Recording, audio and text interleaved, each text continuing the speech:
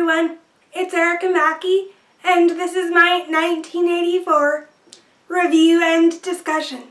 The basic premise of this book is that characters live in a place called Oceania, and they're being controlled by a totalitarian government called the Party. Every aspect of citizens' lives are controlled, including their thoughts, what they eat, and ways of living.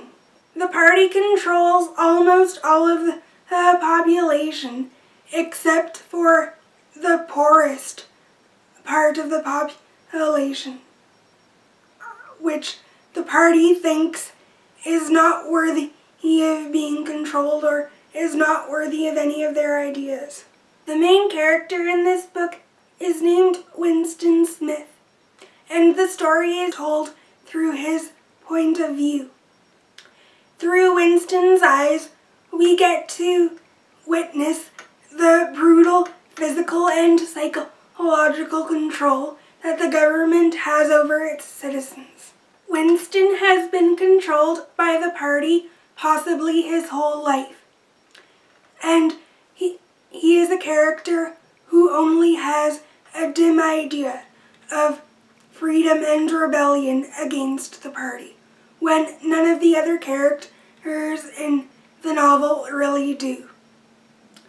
Winston works at a place called Airstrip 1, and in the first chapter we are introduced to Winston writing in a diary the words, "Down with Big Brother." This is a pivotal phrase because this is Winston's first act of rebellion, and this gives readers a glimpse into what kind of character Winston really is. After writing in the diary, Winston is afraid that the Thought Police, which is a police organization run by the Party, will chase him down and eventually kill him.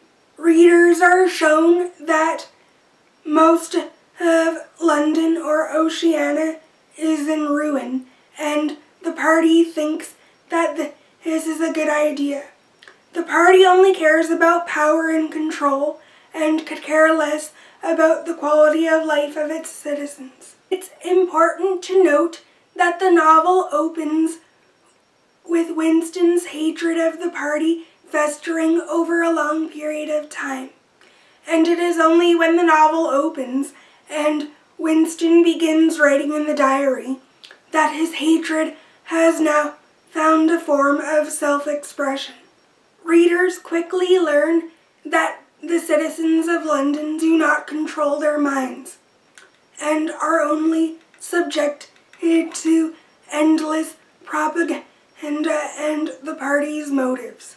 Another important thing to note is that the Party has these objects called telescreens, which they use to have a pervasive, omniscient presence in the lives of its citizens without caring much about their quality of living. This shows that the Party cares more about technological monitoring of its citizens more than any decent way of living. Another idea in the novel is the idea of children spies. Children spies operate underneath the Party. The role of children spies is for them to report any thought crimes or any rebellious actions against the Party of their parents to the Party. So in a way, children control their parents' actions and thoughts. The parents don't know any better of this, and they end up feeling proud of their children who report them. So this does show the backwards way of thinking, or the way a totalitarian government runs, with the extent of its physical and psychological control. The main character, Winston Smith, not only works at Airstrip 1, but he spends some time working at the Ministry of Truth. The party has these different ministries operating throughout London, and they all have weird names like Ministry of Truth, Love, Honesty. Even though that they have nice names, these ministries aren't nice at all. They're in fact the opposite and are unlike anything of love, and the idea is that we have all come to know as truth. Specifically, the Ministry of Truth is responsible for reporting things like endless propaganda, altered documents, and revised histories. And anything that the party says goes. So no one in this book really has an accurate account of what happened before the party came into existence, and they don't understand the brainwashing that the party is having on London regarding the Ministry of Truth. One key idea here is doublethink. This is the ability to believe and disbelieve two ideas simultaneously, or two contradictory ideas at the same time. This idea of doublethink is a key to how the party continuously controls the past.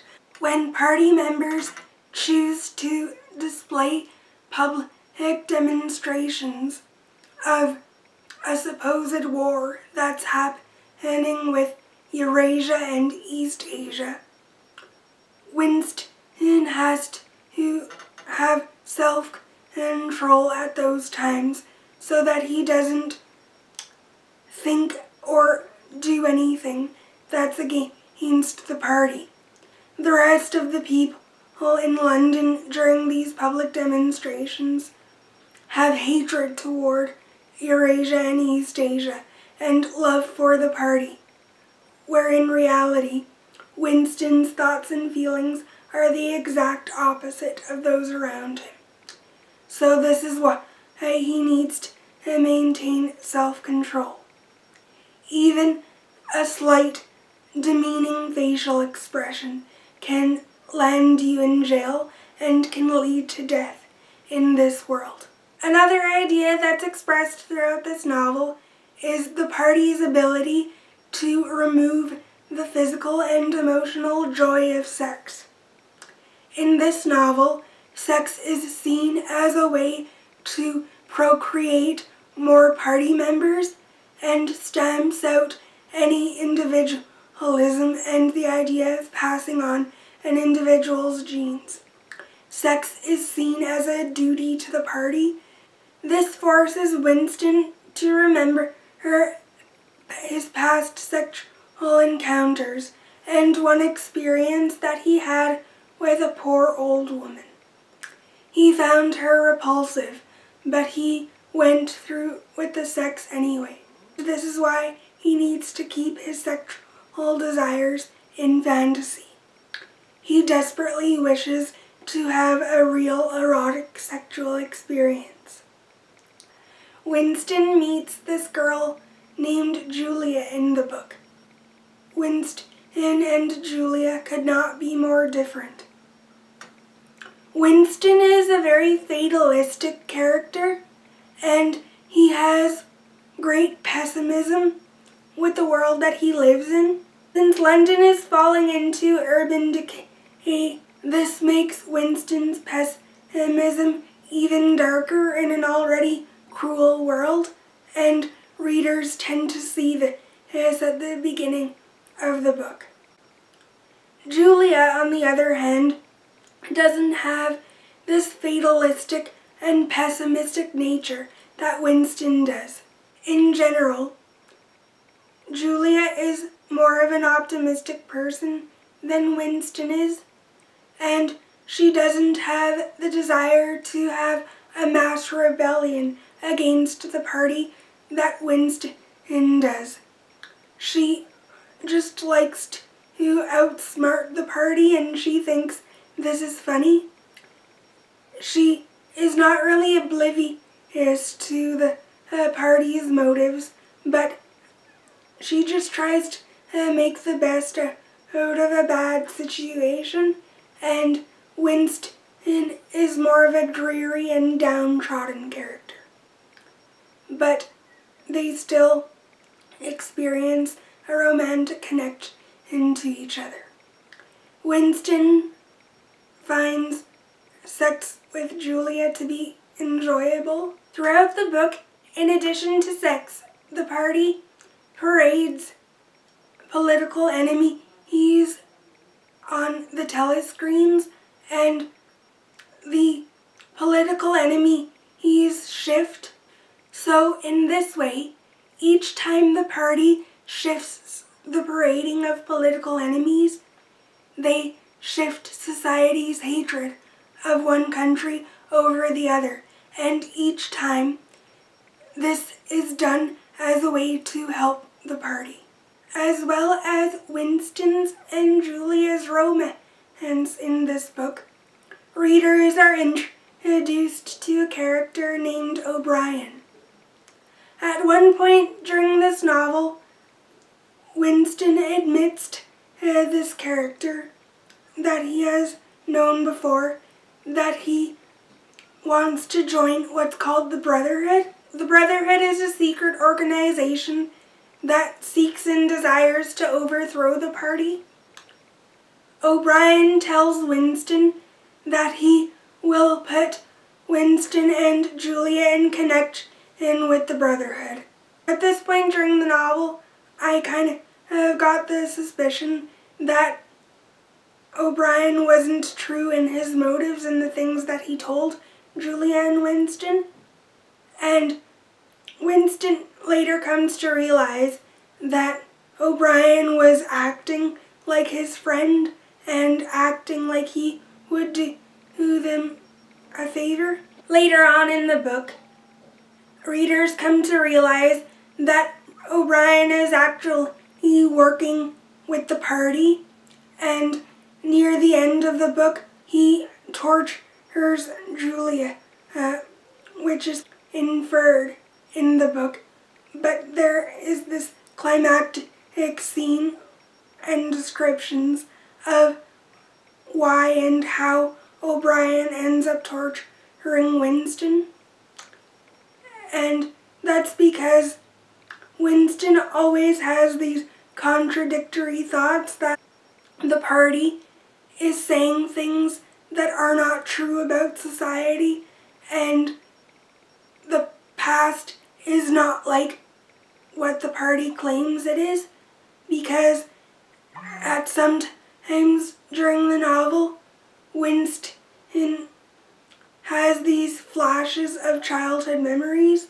During Winston's torture sessions, he comes to realize that there is no greater pain in this world and in this society than physical pain, and he endures so much physical pain that he no longer thinks in his right mind, and he eventually just succumbs to the party's motives without knowing it.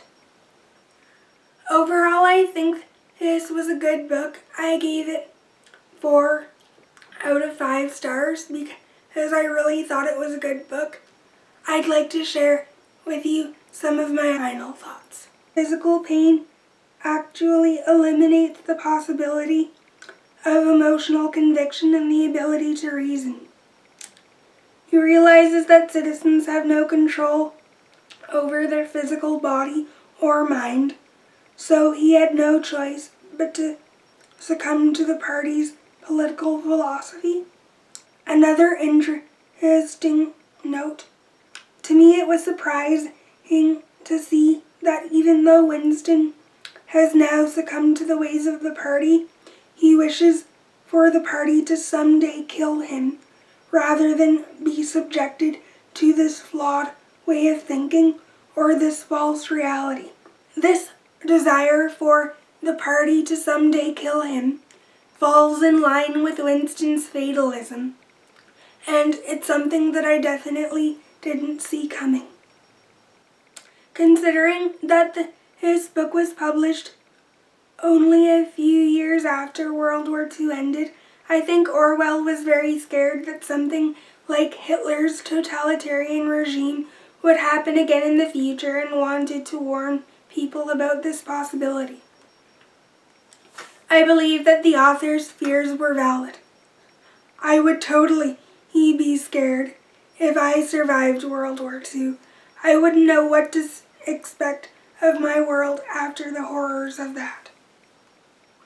Despite Winston being a fatalistic character, I would have wanted him to somehow overcome the party and its ways. But I understand why the novel happened the way it did. I find that if anything happened differently, the novel wouldn't have come full circle. I don't really have any criticisms of this book. Please let me know in the comments down below if you do have any criticisms of this book and why. I would really like to start a discussion about this book, and I really loved it. I could definitely see myself reading this book again in the future. That's it for my review and discussion of 1984 by George Orwell. I'll see you guys in my next video. Bye! I wanna get back to the old days.